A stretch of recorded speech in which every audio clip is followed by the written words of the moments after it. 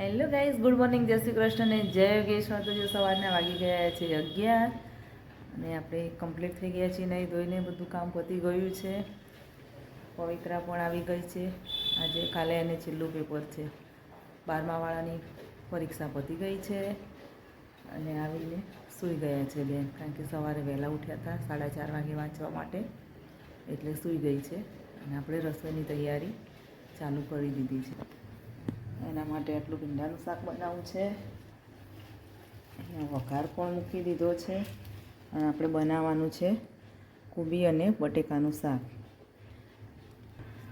અહીંયા બાંધી દીધો છે ભાખરીનો લોટ. આજે એ રોટલી બનાવવાની નથી, ભાખરી કરવાની છે અને ભાખરીનો લોટ બાંધ્યો છે.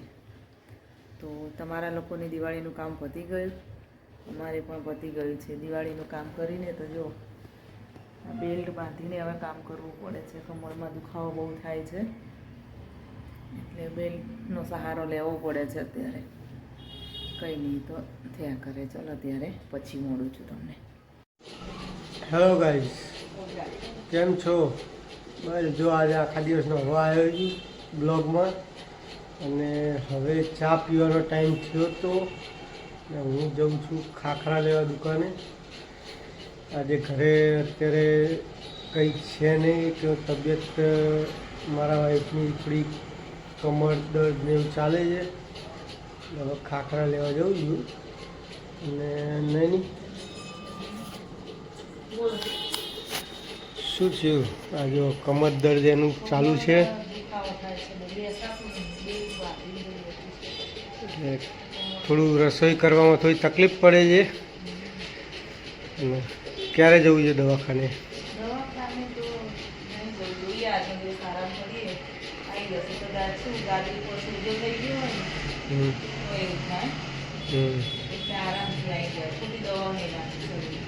દવા નહીં તો પોઈન્ટ દવા જવાનું ક્યારે પેલો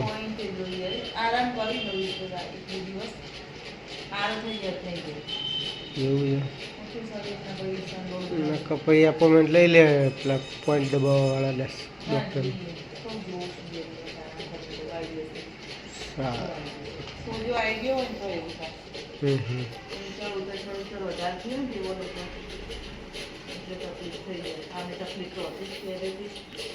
સારું, ચલો ગાઈસ, આપણે જઈએ ત્યાં ખાખરા લેવા જઈએ.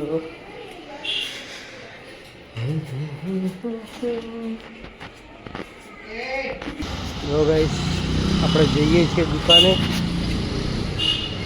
ખાખરા લેવા.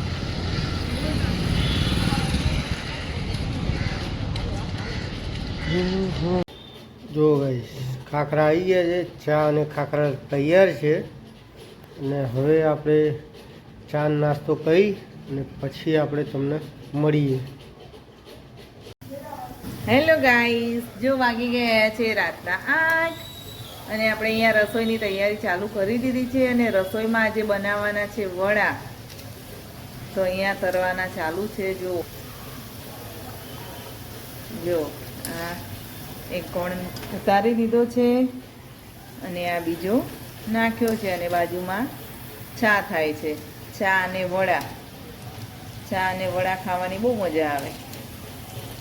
મારા ઘરમાં તો મારા સાસુ અને મારા હસબન્ડને બહુ ભાવે. 2-3 દિવસથી કહી રહ્યા છે વડા ખાવા છે. ચલો મેથી મળી જાય તો બનાવી દઈએ, પણ અત્યારે મેથી બહુ સારી આવતી નથી, એટલે થોડી લેતા આવો, સારી હોય તો બનાવી દઈએ. અને આમાં વડા અમારા પવિત્રા નહીં ભાવતા, એટલે હવે એમના માટે કંઈક બનાવવું પડશે અલગથી. એકાદું તો ઘરમાં આવું હોય છે, આ નથી ભાવતું ને પેલું નથી ભાવતું. એમાં પવિબેન આજે જો ગાઈસ, વડા તૈયાર થઈ ગયા છે, ચા અને વડા. અને જો આ કમર દુખાય છે, એટલે સોફામાં બેઠા છે ચા અને વડા ખાવા. આવી જાઓ તમે લોકો પણ ચા અને વડા ખાવા માટે. કેવી છે કમર દુખાવો જેવો છે? એવું છે? વાંધો નહીં, ખાવા પીવાનું હલકું રાખો, કમર દુખાવો છોડો. બોલો બીજું શાંતિ? સારું, ચલો ગાઈસ, હવે ચા ને વડા તૈયાર છે, તો અમે હવે જમી લઈએ. અને તમે પણ આવી જાઓ જમવા હોય તો. હેલો ગાઈસ, જો આપણે આવી ગયા છીએ દુકાને અને અમે શાંતિથી બેઠા છીએ. અત્યારે લાગતું નથી દિવાળી જેવું, ગરાગી ઓછી છે. રાત્રે 8 વાગ્યા છે, 11:30 જેવું થાય ને. હા એટલે રાત તો ગરાગી હોય જ છે, અત્યારે થોડું ઠંડુ છે તો બેઠા છીએ શાંતિથી. અને હા, આપણી આ ચેનલ બનાવી 1 મહિનો કમ્પ્લીટ થઈ જાય છે, તો અમારી ચેનલને સપોર્ટ સારો મળે છે તમારા લીધે. તમે કારણ કે અમારી ફેમિલી છો, અને જો અમારી ફેમિલી સાથે હોય તો સપોર્ટ સારો જ મળે આપણને, કારણ કે ફેમિલી જરૂરી છે. ફેમિલી વગર કંઈ જ પણ નથી, એટલે ફેમિલીનો સપોર્ટ જરૂરી છે. તો તમારે હવે ખાલી એક કામ કરવાનું છે કે તમારા જે પણ નિયર ડિયર હોય એમને અમારી ચેનલ જે અત્યારે આ ચાલુ છે, તમે બ્લોગ જુઓ છો, એ ચેનલને શેર કરો, સબસ્ક્રાઈબ કરાવો અને લાઈક કરાવો, તો અમને વધારે સપોર્ટ તમારો મળશે ને આપણી ફેમિલી આટલી છે તો આટલી મોટી થઈ જશે. મોટી થતાં વાર નહીં લાગે, તમારા લોકોનો સપોર્ટ હશે તો જ. એટલે તમારે અમારો સાથ આપવાનો છે. અને હા, હું અહીંયા મારા બ્લોગમાં એડ કરું છું. જો તમને મારો બ્લોગ ગમે તો લાઈક, શેર અને સબસ્ક્રાઈબ જરૂરથી કરજો.